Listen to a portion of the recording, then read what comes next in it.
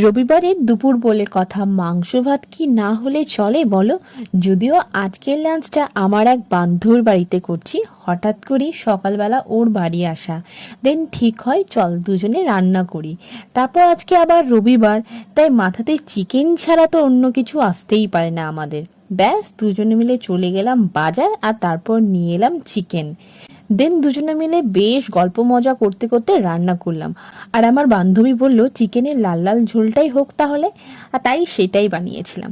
আর একটু পটল ভাজাও করেছিলাম, আর সাথে ওর মায়ের বানানো আমদের মানে আমের আচার ছিল। উফ, আচারটা আন্টি যা বানায় না, সেরা বানায়। তো আমি খাওয়াটা ফার্স্ট আচার দিয়ে শুরু করি, এত ভালো লাগছিল খেতে, দুর্দান্ত বানিয়েছে, দারুণ হয়েছিল গো খেতে।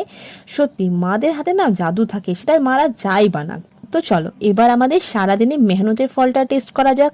বাহ, কি দারুণ হয়েছে খেতে।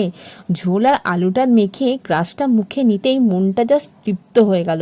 আসলে রান্নাটা ঠিকঠাকই করি, বাট এক্সপেকটেশনের থেকে একটু কিছু বেশি হয়ে গেলে না সেটা বেশ ভালোই লাগে। আর সত্যি বলতে বেশ দারুণই লাগছে গো খেতে। আর চিকেনটা এত ভালো কুকড হয়েছে, জাস্ট ফাটাফাটি লাগছে খেতে। তো রবিবারের দুপুর তো আজ পুরো হিট আমাদের, গরম গরম মাংসের ঝোল ভাতের সাথে। ভিডিওটা ভালো লাগলে প্লিজ একটা লাইক করে দিও। Thank you.